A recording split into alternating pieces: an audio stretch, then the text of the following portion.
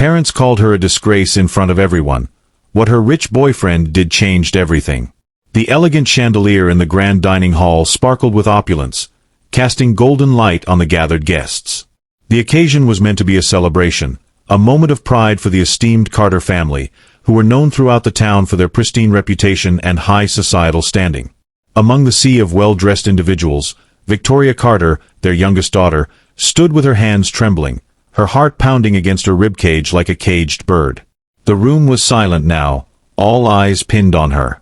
Her father, Robert Carter, a man of strict principles and an ironclad demeanor, stood at the head of the long mahogany table. His glare cut through her like a knife. "You," he began, his voice cold as steel, "are a disgrace to this family." Gasps echoed throughout the room. Guests exchanged uneasy glances, some sipping their champagne to mask their discomfort, while others whispered behind gloved hands. Victoria's cheeks flushed crimson, her breath shallow. Her mother, Eleanor Carter, usually the composed and gracious hostess, was visibly mortified, clutching her pearls as though they might shield her from the shame. Victoria had known this moment might come. She had anticipated their disappointment, their judgment. But the brutality of the words, delivered in front of an audience, was more than she had prepared for. "You've thrown away everything we've given you," her father continued. "Our name, our legacy, all squandered because of your choices." The word choices hung in the air like a dagger, pointed and accusatory. It was a reference to her refusal to marry Thomas Whitmore, the son of a business tycoon, whose union would have merged their families into an even greater empire. Instead, she had chosen love, an unthinkable act in their world. Her gaze darted to him, Ethan Hayes. He stood near the entrance of the hall, his sharp suit doing little to conceal the storm brewing within him. Ethan wasn't just anyone. He was the man she had fallen in love with, a man who, despite his vast wealth, came from a humble background. He represented everything the Carters despised: independence, defiance, and a refusal to conform. Ethan met her eyes, his jaw tight, his hands clenched at his sides. He was a man who was used to fighting battles, but this was different. This was personal.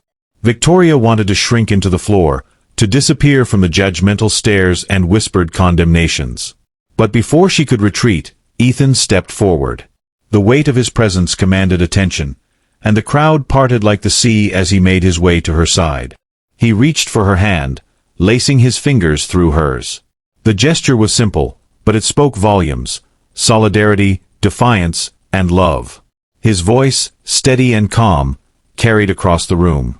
"With all due respect, Mr. Carter," he began, his tone measured but firm, "you may see Victoria as a disgrace, but I see her as the most extraordinary person I've ever met." The room fell silent again, the air charged with tension. Robert Carter's face darkened, his lips curling into a sneer. "You have no place here, Mr. Hayes. This is a family matter." Ethan didn't flinch. "It became my matter the moment Victoria chose me, and I chose her." Victoria felt tears prick at her eyes, not from shame but from the sheer weight of Ethan's unwavering support. He wasn't just defending her, he was standing against everything her family represented: control, manipulation, and the belief that love was secondary to power. Her father scoffed, his voice dripping with disdain. "Love? Is that what you think this is about? Love doesn't pay the bills, doesn't secure alliances, doesn't preserve a legacy. It's a childish fantasy."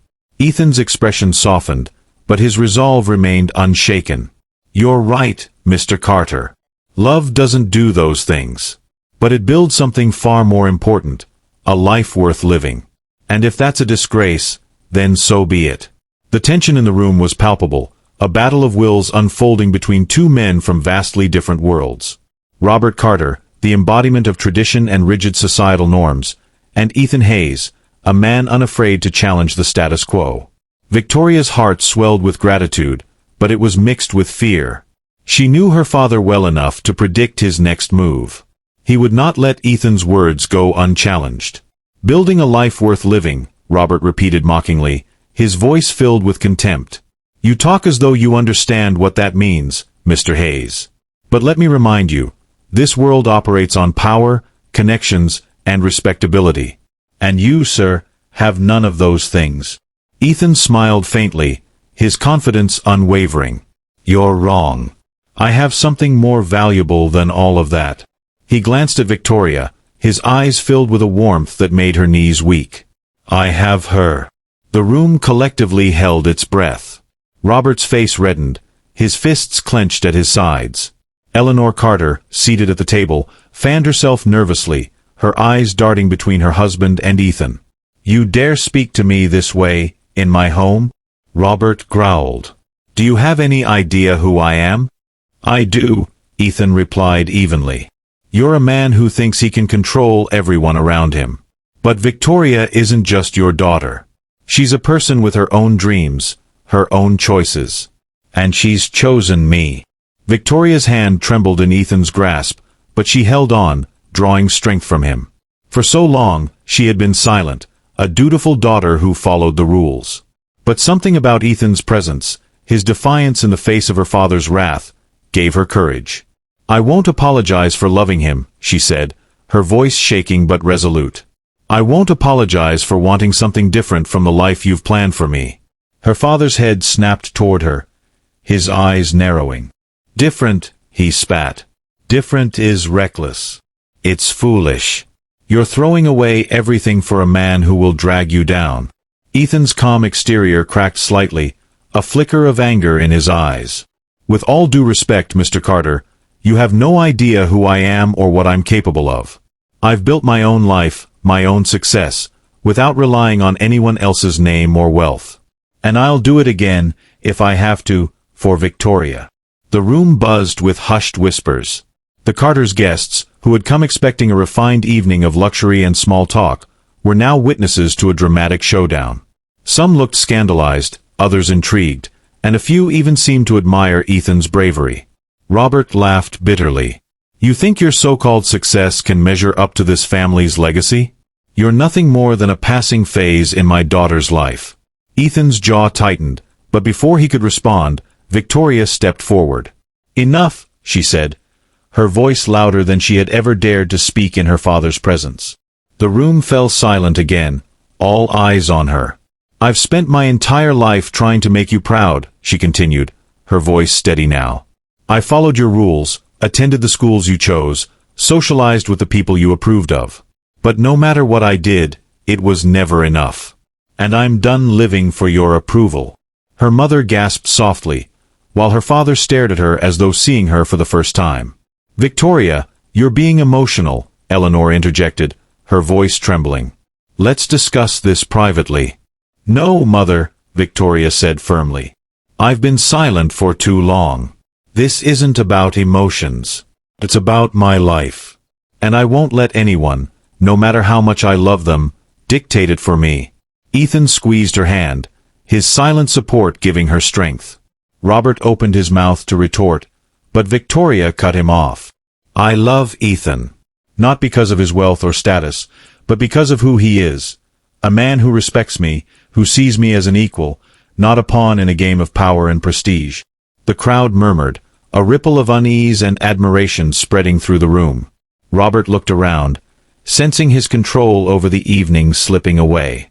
"You're making a mistake, Victoria," he said, his voice low and dangerous. "And when you realize it, don't come crawling back." Victoria straightened her spine, a newfound determination radiating from her. "I'm not afraid of mistakes, Father. I'm afraid of living a life that isn't mine." With that, she turned to Ethan. "Let's go." He nodded, his expression a mixture of pride and relief. Together, they walked toward the exit, leaving behind the stunned crowd and the suffocating expectations that had defined her life. The night wasn't over. Outside, under the starlit sky, Victoria felt the weight of her decision settle in. She had stood up to her father, defied the life she had always known. But the path ahead was uncertain, and the world wasn't always kind to those who dared to choose love over duty. Ethan turned to her, his eyes searching hers. "Are you okay?" She nodded, though tears brimmed in her eyes. "I'm scared, Ethan. But for the first time, I feel free." He wrapped his arms around her, holding her close. "You're not alone, Victoria.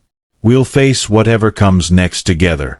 Little did they know, Their decision would set off a chain of events that would challenge everything they believed in, about family, love, and the price of freedom. The night air was crisp, carrying the faint scent of blooming jasmine from the Carter estate's lavish gardens.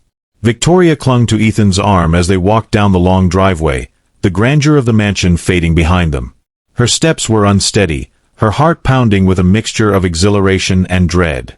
The confrontation had been liberating, but the consequences loomed like storm clouds on the horizon.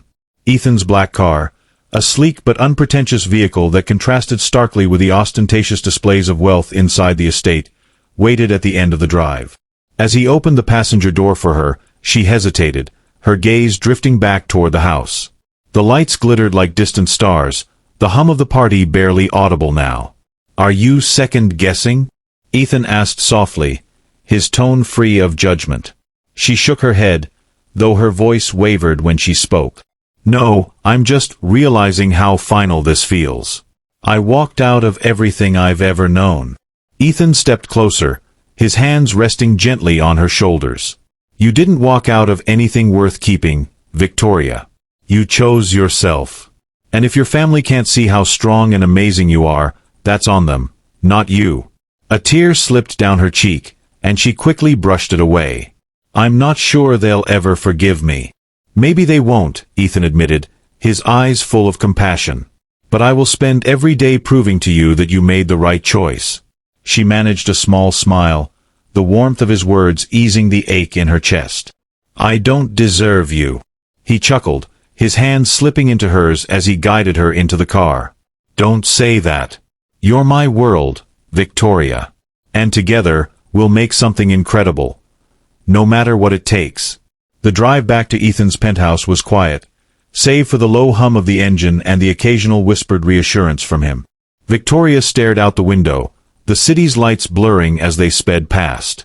Her mind raced with thoughts of what her father might do next. He was not a man who took defiance lightly. Would he try to ruin Ethan? Cut her off completely? The possibilities were endless, and terrifying. When they arrived, Ethan led her upstairs to his spacious but tastefully minimalist apartment. The view from the floor-to-ceiling windows showcased the city skyline, a sea of shimmering lights that seemed to stretch into eternity. Victoria sank onto the plush couch, exhaustion overtaking her. "Do you want some tea?" Ethan offered, already moving toward the kitchen. She nodded, grateful for the small gesture of normalcy. As he busied himself, she let her eyes wander over the apartment. It was a stark contrast to her parents' estate. No ornate chandeliers or antique furniture, no gilded mirrors or suffocating formality. Instead, it felt like a reflection of Ethan himself, modern, unpretentious, and warm. When he returned with 2 steaming mugs, he sat beside her, his arm draping naturally around her shoulders. They sipped in silence for a moment, the quiet companionship soothing her frayed nerves. "What happens now?" she finally asked, her voice barely above a whisper. Ethan leaned back, his expression thoughtful. "We figure it out. Together." His confidence was reassuring, but Victoria couldn't ignore the nagging doubt in her mind. "My father won't let this go. He's relentless." Ethan's jaw tightened, but he nodded. "I know. He'll probably try to make things difficult for us. But I've faced tough opponents before, Victoria. I'm not afraid of him." She looked at him, her heart swelling with both love and worry. "I don't want you to lose everything because of me." "Stop," he said firmly, turning to face her. "You're not a burden, and this isn't a sacrifice. It's a choice, my choice. I've built my success on my own terms, and I'm not going to let anyone take that away. Least of all your father." His words steadied her, but the road ahead still seemed impossibly daunting. She leaned into him, drawing comfort from his presence. For the first time that night, she allowed herself to hope that maybe, just maybe, they could weather the storm together. The storm arrived sooner than they expected. The next morning, as sunlight streamed through the penthouse windows, Victoria's phone buzzed incessantly. Reluctantly, she picked it up, her stomach sinking when she saw her mother's name flashing on the screen. She hesitated, unsure if she had the strength to face whatever awaited her on the other end. Ethan noticed her hesitation and placed a reassuring hand on her knee. You don't have to answer. I do, she said quietly, steeling herself. With a deep breath, she swiped to accept the call. Hello. Victoria. Her mother's voice was sharp, devoid of its usual warmth. Your father is furious. Do you have any idea what you've done? I know exactly what I've done, Mother, Victoria replied, her voice steadier than she expected. I chose to live my life on my own terms. Eleanor sighed heavily, the sound weighted with disappointment. You've humiliated us. Your father's associates are already asking questions. This relationship of yours is unacceptable. Victoria's grip on the phone tightened. Ethan is a good man. And I love him. Love doesn't matter in our world, Eleanor snapped, her composure slipping. Do you think love will protect you when the money runs out? When the invitations stop coming? Your father won't tolerate this, Victoria. He's already making arrangements to ensure you learn that lesson. The threat was clear, and Victoria's chest tightened. She glanced at Ethan, who was watching her with concern.